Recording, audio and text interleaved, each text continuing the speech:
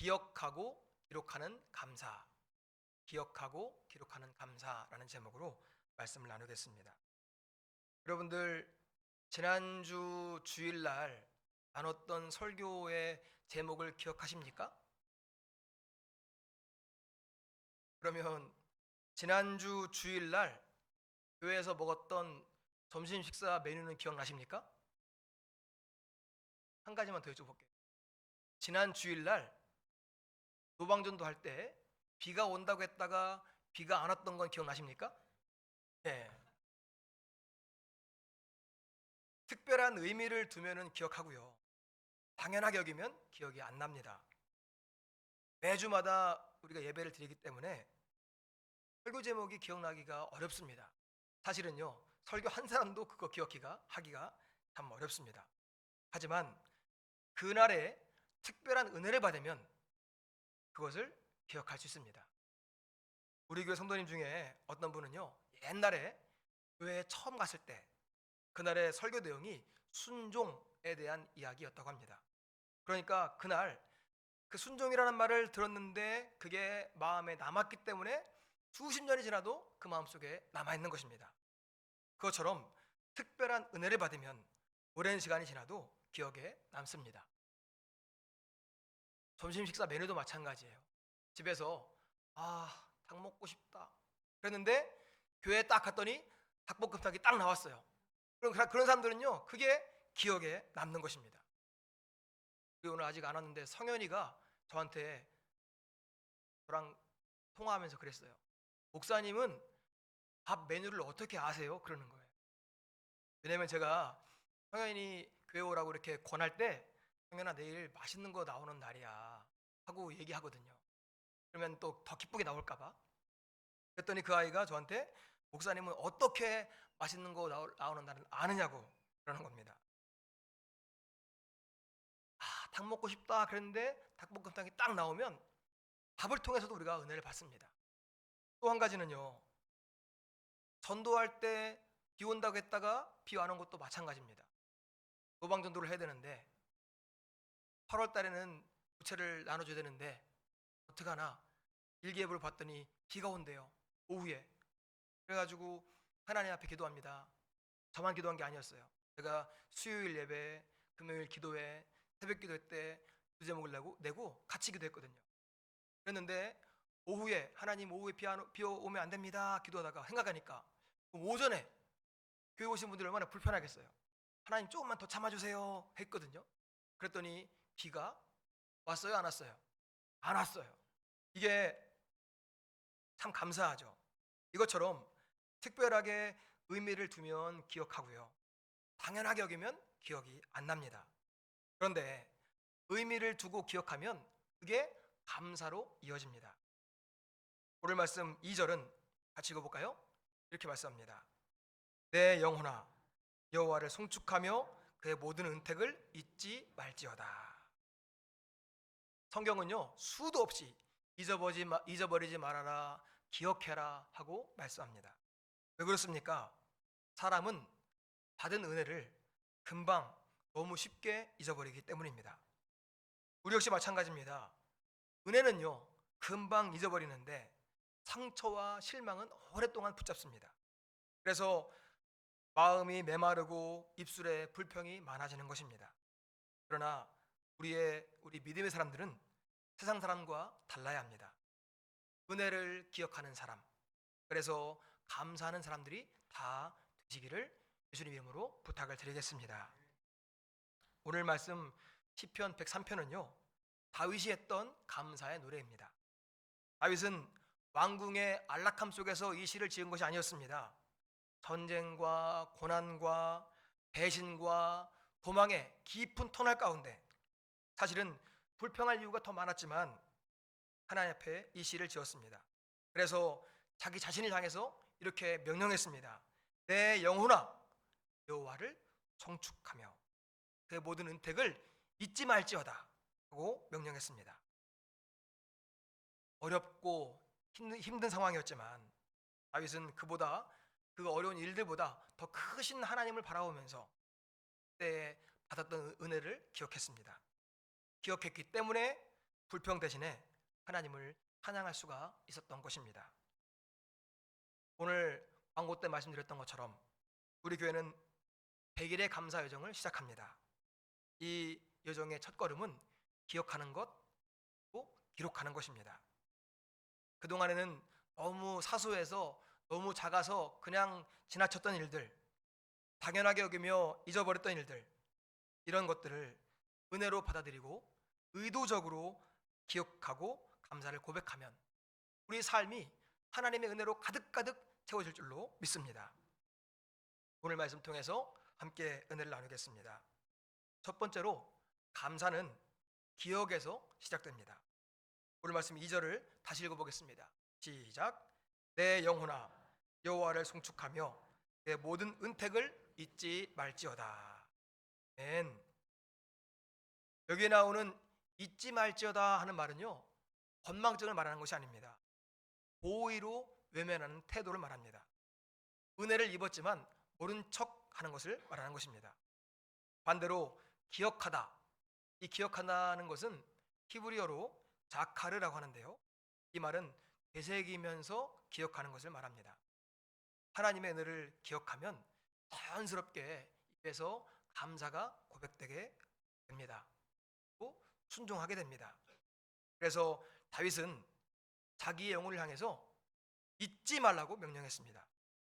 잊지 않고 기억하는 것이 감사의 시작입니다. 다윗은 하나님께서 베푸신 은혜를 구체적으로 나열했습니다. 오늘 말씀 3절에 보니까요, 죄를 사해 주신 것에 감사했고 병을 고쳐주신 것에 대해서 기억하며 감사했습니다. 4절에서는 생명을 지켜주신 것에 감사했고 관을 씌워주시면서 신분을 회복시켜주신 것에 감사했습니다. 5절에서는 좋은 것을 주셔서 소원을 만족하게 하신 것, 그리고 독수리같이 새롭게 하신 능력을 기억하며 감사했습니다. 이렇게 기억했더니 당연히 감사가 고백되었습니다. 과거에 있었던 일들을 잊어버리고 현실을 살아가면 현실에 어려운 일을 당할 때 불평하게 되지만, 과거에 했던 일들을 기억하면 우리가 또 다른 어려운 일을 만난다 할지라도 다시 소망을 품고 일어설 수가 있는 것입니다. 그러므로 감사의 첫걸음은 잊지 않고 기억하는 것입니다. 그런데 기억하고 감사하는 것은 훈련이 필요합니다. 왜냐하면 잊어버리는 것은 내가 일부러 하지 않아도 자연스럽게 됩니다. 그런데 기억하는 것은 자동으로 되는 것이 아니라 의지가 필요하기 때문입니다. 잊어버리면 은혜가 당연해지고 기억하면 그것이 은혜로 고백되는 것입니다. 기억은 삶을 재해석합니다. 똑같은 하루라도 은혜를 기억하면 내 삶은 불평의 자리가 아니라 감사의 증거가 되는 것입니다. 기억하고 은혜를 받아들일 때 감사가 습관이 되고 감사가 성품이 되는 모두가 될 수 있기를 소망합니다. 우리 지난주에 카카오톡 단체방에서 이영기 권사님 사진들 다 보셨죠? 예. 콧줄을 빼고 죽을 드시고 또 얼굴을 환하게 웃으시는 모습이 얼마나 우리에게 위로가 되고 기도에 응답받은 것이 감사했습니까? 콧줄을 빼고 음식을 입으로 먹을 수 있다는 것, 밝게 환하게 웃을 수 있다는 것, 이런 모든 것들이 얼마나 감사한 일인지 다시금 깨닫는 시간이었습니다. 그래서 우리는 하나님께서 지금까지 우리 이 권사님을 인도하시고 회복시키신 것을 알고 또 우리는 더 기대하게 되는 거예요. 하나님께서 온전하게 회복시킬 줄 믿습니다. 하나님께서 이렇게 인도하셨기 때문에 또한 그렇게 역사하실 줄 믿습니다. 그런 소망을 갖게 된다는 말씀입니다. 사랑하는 성도 여러분, 우리가 이렇게 건강한 모습으로 성전에 와서 예배를 드리고 있는 것이 하나님의 큰 은혜입니다. 마음대로 걸을 수 있고 마음대로 먹을 수 있고 마음대로 숨 쉴 수 있는 것, 이런 것들을 잊어버리고 살았을 때는 당연한 것이지만 이것을 기억하면 감사가 되는 것입니다. 그러므로 하루하루 나에게 주어진 삶을 그동안 당연하게 여겼던 것들이라도 이제 새롭게 느끼시고 그것에 감사하시기를 바랍니다. 이제 마지막이다 싶으면 그 모든 순간들이 다 새롭게 느껴집니다. 제가 목사로 있을 때 저 남양주 끝에까지 담당할 때가 있었면 교회에서부터 거기까지 편도 보통 40분, 이렇게 연휴가 끼면요 1시간 20분, 한 번은 2시간이 걸려가지고 신방을 취소했던 적도 있었어요. 그래서 그렇게 어느 날은 나 이렇게 멀리 가는 거야 불평도 했지만, 이제 해가 바뀌면서 제 사역제가 바뀌게 될 때 이제 마지막이구나 하니까 있잖아요, 그 모든 풍광들이 새롭게 느껴지는 거예요. 이제 나에게 못 오네, 이제 나에게 안 오네 하는 마음이 그와 같이 특별한 의미를 둘 때 우리는 그것을 새롭게 보게 되고 그 안에서 은혜를 찾게 되고, 그래서는 감사가 고백될 줄로 믿습니다. 당연하게 여기면 잊혀지고요, 기억하면 감사의 제목이 되는 것입니다. 오늘 다윗의 이 고백, 내 영혼아 여호와를 송축하며 그의 모든 은택을 잊지 말지어다, 이 고백이 모두의 고백이 되길 소망합니다. 두 번째로, 감사는 작은 것에서부터 시작됩니다. 감사는요 수증기와 같습니다. 작은 수증기들이 모여서 구름이 되고요, 때가 차면 비가 되어서 땅을 적십니다. 이와 같이 작은 것에 감사할 때 그 작은 감사의 수증기들이 모여서 은혜의 구름을 만들고 하나님의 때에 더 큰 은혜의 비로 내려지는 것입니다. 성경에서는 작은 것, 사소한 것, 이런 것들이 크게 확대되는 모습들이 많이 설명됩니다. 누가복음 10장 16절에 보니까요, 지극히 작은 것에 충성된 자는 큰 것에도 충성된다 라고 말씀했습니다. 마태복음 13장 32절에 보니까요, 작은 겨자씨가 큰 나무가 된다 라고 말씀합니다. 그리고 열왕기상 18장 44절에 보니까 작은 손바닥만한 구름이 나중에 큰 비를 내리는 것을 보았습니다. 이와 같이 작은 일에 대한 감사는 하나님의 큰 은혜를 불러오는 씨앗이 되는 것입니다. 그래서 데살로니가 전서 5장 18절은 이렇게 말씀합니다. 범사에 감사하라. 특별한 사건뿐만 아니라 일상의 사소한 일에 감사할 때 그것이 큰 은혜의 열매를 일으킬 줄 믿습니다. 아주 보통의 순간들, 그리고 지금까지 당연하게 여겼던 일들을 감사함으로 받아들이시기를 바랍니다. 아침에 건강하게 눈을 뜨는 것, 매일 밥 해주는 아내 또는 엄마, 매일 가야 하는 학교 또는 직장, 매일 부대끼는 가족들, 이 모든 것들이 당연한 것이 아니라 은혜였고 감사한 일들이었습니다.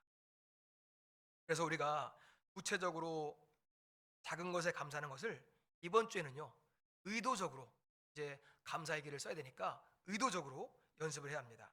왜냐하면 오늘의 작은 감사가 내일의 큰 은혜를 준비하기 때문입니다. 먼저 가정에서요 불평하는 말을 감사의 말로 바꾸시기를 바랍니다. 요즘에 TV에 보면은요 부부관계가 안 좋은 사람들이 TV에 많이 나와요. 그럼 이제 그 사람들의 모습을 다 보여주거든요. 그러면 그 사람들의 모습을 보니까 감사가 없고 비난만 있습니다. 배우자가 밖에 나가서 열심히 돈을 벌어왔더니 그 보면서 이것밖에 못 벌어? 내가 버는 게 낫겠다 이렇게 말하고요. 또 어떤 사람은 이제 밥 먹자고 밥을 차려놓고 부르니까 이것밖에 안 차렸어? 하고 또 불평합니다. 서로에게 이렇게 타박하고 구박하고 공격하니까 그 가정이 감사가 없고 관계가 좋을 리가 없습니다. 가정이 평안할 수가 없는 것입니다. 그런데요, 이 프로그램에 나오는 남편들의 가장 원하는 게 뭐였냐면 수고했어 한마디 듣는 거라고 했습니다. 근데 그게 남편들 뿐이겠습니까? 누구든지 애쓰고 바쁘게 살았던 오늘 하루를 그렇게 위로받고 싶을 것입니다. 사랑하는 성도 여러분, 집에서요 식구들에게 의식적으로 수고했습니다라고 인사하시기를 바랍니다. 하루에 한 번씩 식구들에게 수고했습니다. 의식적으로, 그러나 진심을 담아서 위로해 주시기를 바랍니다. 그 다음에요, 밥 먹은 다음에는 잘 먹었습니다라고 꼭 인사해 주시기를 바랍니다. 제가 시골에서 목회할 때 저희 동네는 아이스크림을 먹으려면 7.2km를 나가야 됐습니다. 쭈쭈바 하나 먹으려면 7.2km 먹으러를 차를 타고 나가야 됐습니다. 그래가지고 제가 우리 교우들이, 성도님들이 너무 안 된 거예요. 그래서 종종 돈 생길 때마다 대단한 건 아니더라도 짜장면, 순댓국 대접해 드렸거든요. 그래가지고 2달에 한 번씩 나갔던 것 같아요. 뭐 성도님들이 많지 않았으니까. 밥을 먹을 때 한 연세 많은 성도님은요, 숟가락 다 밥 드시고서 숟가락을 딱 놓으시면서 했던 말이 있습니다. 벌써 15년 넘게 지났지만 아직도 마음에 사무치는 말. 억지로 먹었네.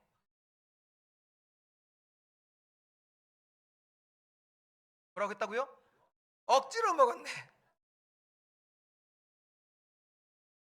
제가 아는 목사님 중에 그 아버지는요, 이런 분이 있었어요. 밥을 다 먹은 다음에 숟가락을 꼭 내려놓으면서, 아유 고양이 먹었네. 고양이 먹었네 뭔지 아세요? 괜히 먹었네. 근데 있잖아요, 이게 습관적으로 나오다 보니까 그 어르신, 목사님의 아버지 어르신이 실수한 거예요. 언제 실수했냐면 상견례 자리에서 예비 사돈이 밥을 샀는데 밥 먹고 다 내려오면서 아이고 고양이 먹었네. 그래가지고 분위기가 갑자기 싸해지는 일들이 있었다고, 그 목사님이 엄청 창피했다고 저한테 했던 얘기가 있었습니다. 사랑하는 성도 여러분, 밥을 다 드신 다음에는요, 그 밥 준비하신 분에게 의식적으로 잘 먹었습니다 하고 말씀해 주시기를 바랍니다. 직장에서도요, 먼저는 일할 수 있음에 감사하면서 하루를 기도로 시작하시기 바랍니다.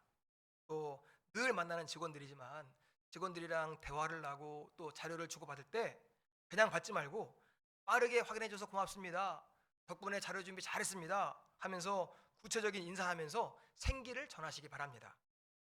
한 가지 더 말씀드리면, 교회에서도요, 오늘 주보에 나와 있는 것처럼 우리 교회에서는 각자마다 맡은 부분들이 있어요.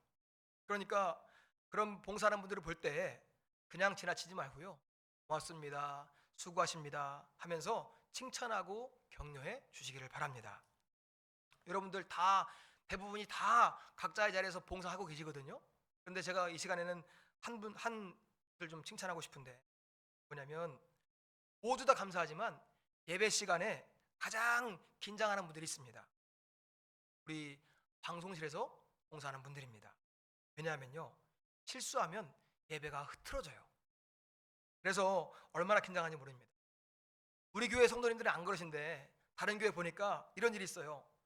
틀리면 틀렸다고 득달같이 가서 아까 글씨가 그 뭐야 합니다. 근데요, 잘한 날, 아무 일도 없이 스무스하게 넘어간 날은요, 아무도 칭찬하지 않는 거예요.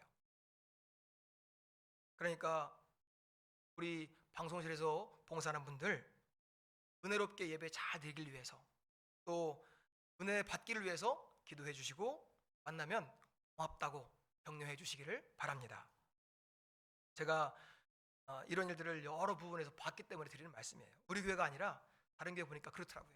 아까 그 글씨 왜 틀렸냐고. 이렇게 우리의 가정에서, 우리의 직장에서, 우리의 교회 안에서 감사의 말들이 넘칠 때 더 큰 은혜의 구름이 만들어지고, 더 큰 감사한 일들이 우리의 가정에서, 여러분의 직장에서, 우리 교회 안에 더 넘쳐날 줄로 믿습니다. 여러분이 잘 아시는 것처럼 열왕기상 18장을 보면은요, 사람의 손바닥만한 구름이 나중에 큰 비가 되었습니다. 오늘 우리가 드리는 작은 감사의 말들이 이제 그 작은 구름입니다. 하나님은 이 작은 구름을 통해서 우리의 가정을, 우리의 직장을, 우리의 교회를 더 큰 은혜의 비를 준비하시고 내려주실 줄로 믿습니다. 작은 감사는 큰 은혜의 시작이고 씨앗입니다. 하나님은 작은 씨앗을 보시고 큰 은혜를 준비하십니다. 그러므로 작은 일, 사소한 일이라도 그 안에 의도적으로 감사를 고백하시기 바랍니다. 감사의 구름이 때가 이름에 큰 은혜의 단비로 우리 삶을 적셔갈 줄로 믿습니다. 세 번째로, 감사는 기록할 때 완성됩니다. 기억은 사라지기도 하고 왜곡되기도 합니다. 그런데 기록은 보존됩니다. 성경은 감사와 기억을 기록과 기념으로 연결합니다. 출애굽기 17장에 보니까요, 이스라엘과 아말렉이 전쟁을 했습니다. 그 전쟁에서 승리한 다음에 하나님은 출애굽기 17장 14절에서 이렇게 명령하십니다. 이것을 책에 기록하여 기념하게 하라 하고 명령하십니다. 이렇게 하나님은 기록으로 기억하게 하셨습니다. 한 부분만 더 말씀드리면, 하나님은 이스라엘 백성들에게 십계명을 주실 때 출애굽기 34장 27절 같이 읽겠습니다. 시작. 여호와께서 모세에게 이르시되 너는 이 말들을 기억하라. 내가 이 말들을 뜻대로 너와 이스라엘과 언약을 세웠음이라 하시니라. 하나님은 이렇게 중요한 일들을 기록해서 기억하게 하십니다. 기록은 정확하게 기억나게 하고 그 기억을 통해서 감사가 마음속에 되살아나게 합니다.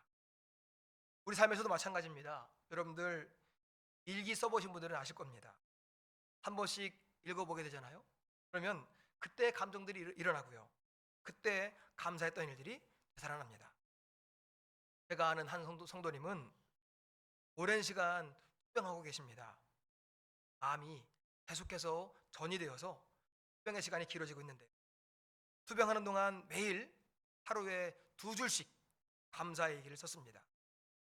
오랜 투병 속에 가끔은 절망하게 되고 낙심하게 되는 날, 그 일기장을 펴서 보게 되면 그 안에 사소한 감사와 하나님을 향한 찬양이 있기 때문에 다시 힘을 내게 된다라고 했습니다. 이렇게 기록된 감사는 단순한 글이 아니라 믿음을 붙드는 증거가 되고 믿음의 자산이 됨을 기억하시기를 바랍니다. 저도 특별한 일이 있을 때 목회일기를 쓰거든요. 그러면 그 목회일기를 쓸 때에는 최대한 가급적이면 제 감정을 싫지 않고 있던 사실만 그대로 쓰려고 노력합니다. 그런데 시간이 지나서 나중에 읽어보면요, 얼마나 감사한지 눈시를 붉어질 때가 한두 번이 아닙니다. 이번에도 제가 설교를 준비하면서 아버지 학교에서 했던 숙제가 생각났습니다. 숙제가 뭐냐면, 가족들 한 사람 한 사람을 대상으로 그 사람이 사랑스러운 이유 20가지를 쓰는 겁니다. 20가지를 한 번에 쓰려면요 어렵습니다. 아내를 위해서, 아들이 전 둘이니까 아들 둘을 위해 아내가 참 좋다, 그럼 끝이에요. 그렇게 쓰면 안 되고 하나씩 쪼개서 써야 됩니다. 왜 좋은지, 왜 사랑스럽고 왜 좋은지를 해야 됩니다. 제가 오랜만에 꺼내봤어요. 꺼내보니까 그걸 다 읽으면 너무 창피하고 여러분들이 이제 짜증내시니까 안 되고, 이런 내용들이 있었습니다. 예석이가 사랑스러운 이유, 나를 향해 아빠라고 불러줄 때 사랑스럽다.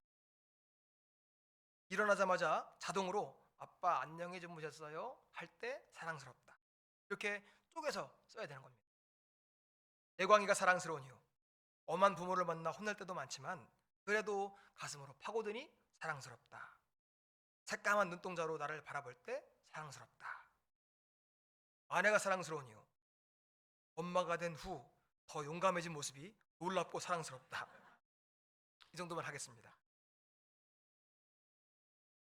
이런 내용들을 보면서요, 그때의 일들이 생각나고요, 그래서 더 감사할 수가 있는 것입니다.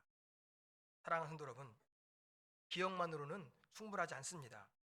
기록해야 변함없이 기억할 수 있고 또 꺼내볼 수가 있는 것입니다. 하나님도 기념책에 기록하시는 것처럼 우리들도 감사를 기록할 때 그 은혜가 내 삶 속에 깊이 자리하게 될 줄로 믿습니다. 오늘의 감사를 기억하고 기록할 때 그것이 내일의 삶을 이기는 힘이 되고 우리의 가정과 우리의 교회에 좋은 믿음의 유산이 될 줄로 믿습니다. 오늘 말씀의 제목은 기억하고 기록하는 감사입니다. 사소한 일이라서 잊어버리면 아무것도 아니지만 사소한 것도 기억하면 감사가 됩니다. 우리가 고백한 사소했던 일들이, 감사들이 나중에 큰 감사의 제목으로 돌아올 것을 기대하시기 바랍니다. 그러므로 잊지 않도록 기억하고 그것을 기록해 보시기 바랍니다. 그것이 우리의 믿음의 자산이 되고 유산이 될 것입니다. 여러분들이 다 아시는 것처럼 우리 강대상에 보면 고 한명학 권사님의 필사하신 성경이 올려 있습니다. 필사하신 노트에 보니까요, 자주는 아니지만 가끔 그 안에 짧은 기도와 감사의 글들이 기록되어 있습니다. 저는 한 번도 뵌 적이 없는 분이지만 그 짧은 글, 그 말들이 저에게 큰 감동이 되었습니다. 그와 같이 기록된 감사에는 큰 감동과 여운이 것입니다. 사랑하는 성도 여러분, 우리 교회가 시작하는 100일의 감사 일기는 프로젝트가 아닙니다. 우리 삶을 변화시키는 영적인 훈련이고 하나님을 향한 거대한 감사의 예배입니다. 이 작은 감사가 모여서 우리 인생이 달라질 것을 믿으시기 바랍니다. 함께 고백하겠습니다. 작은 감사가 모여 인생이 달라진다. 하시라고요. 한 번 더 다시요. 시작. 작은 감사가 모여 인생이 달라진다. 다음 겁니다. 시작.